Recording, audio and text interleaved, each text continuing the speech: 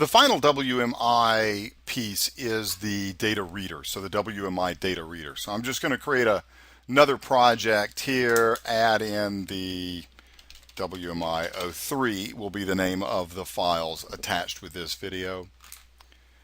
The WMI data reader allows you to execute those same WQL queries, but you're going to be able to receive the data now in a queryable format. So we could store the data in a variable. We could store the data in a text file, for example.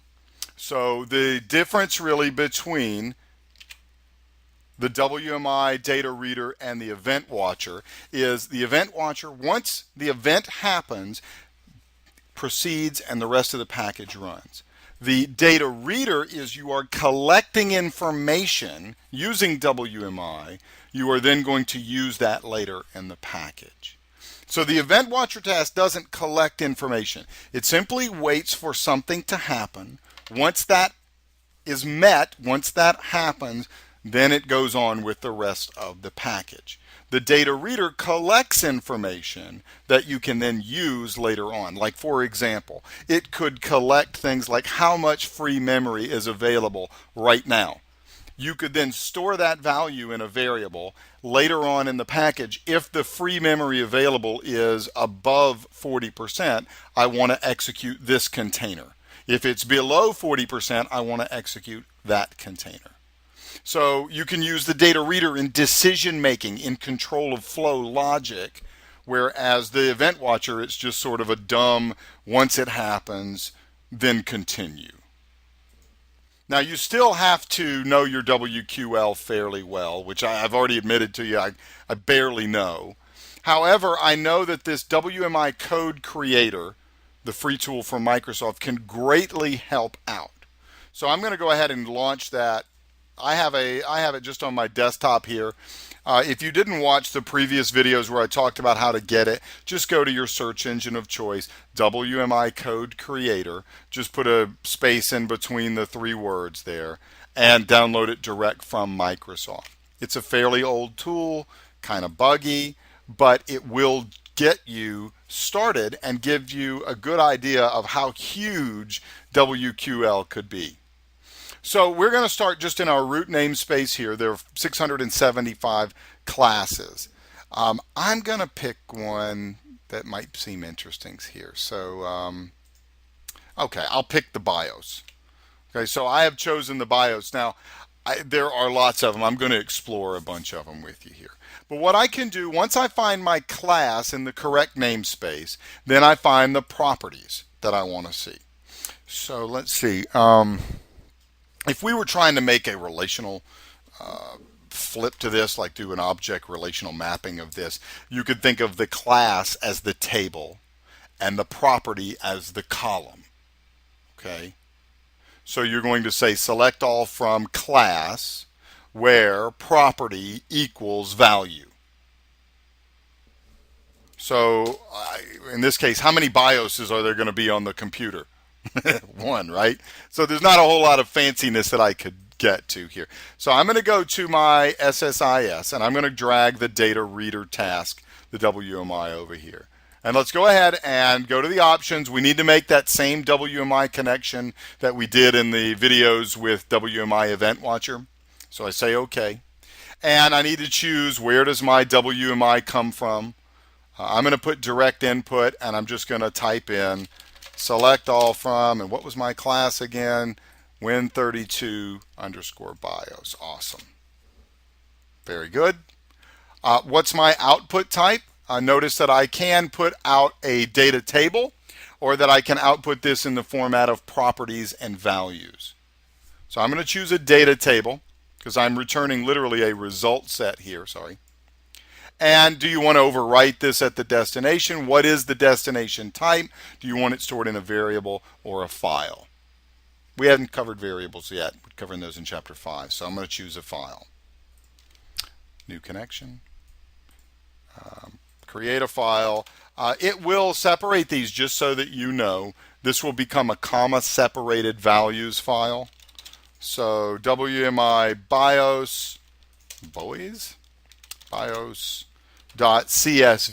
So if you're on a Windows machine and have Excel, if you associate Excel with CSVs, that'll just make it easier.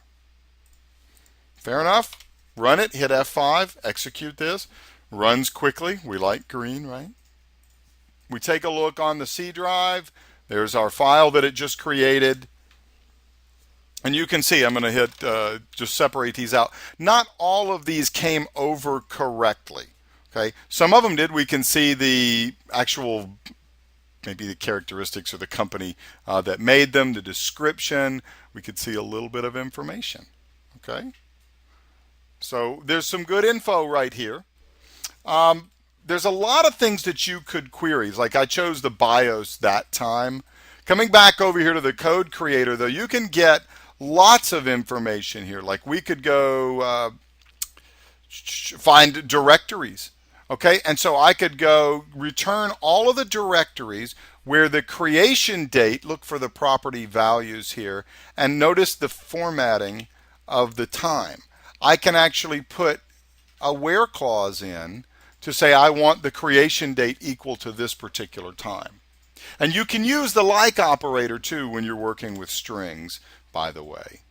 So that would tell me all the files created after that particular date. Or greater than. I could go to the disk drives and I could say select all from the disk drives, and then we could go grab where that are compressed. Okay, so I could say where the compression method, it's not really a good one. What are the environment? So I can get all of the environment information, so let's just do that one. And this is just really kind of showing you what this will do. So I'll just put that there. And we'll overwrite the destination. So it's just dumping out the environment right now. And oops, did I not tell it to keep original? You see that I said overwrite destination, so I want to overwrite. And go through that, and it should be very good. And so we've dumped out the environment.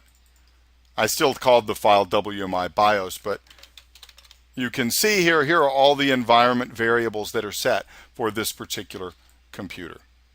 Okay? So kind of cool, all the neat things that you can do with the data reader.